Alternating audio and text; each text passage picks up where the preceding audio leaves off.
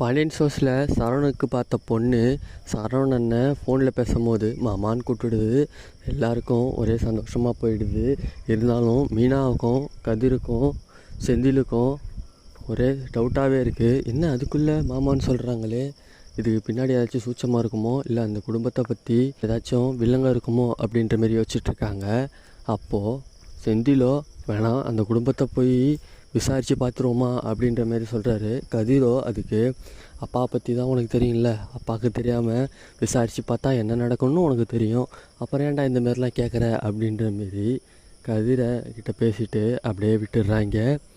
கதிர் night லேட்டாக வீட்டுக்கு வராரு. அப்போது ராஜி அவன் வரதை பார்த்துட்டு ஆம்லேட்லாம் போட்டு கொடுத்து சாப்பிட வைக்கிறாங்க. சாப்பிட்டு முடிச்சுட்டு கதிர் மொட்டை மாடியில் தூங்கும்போது பெட்ஷீட் இல்லாமல் தூங்குறாரு. அதை பார்த்த ராஜி பெட்ஷீட் எடுத்துகிட்டு வந்து கதிருக்கு போற்றி விட்டு அழகு பார்த்து சந்தோஷம் படுறாங்க.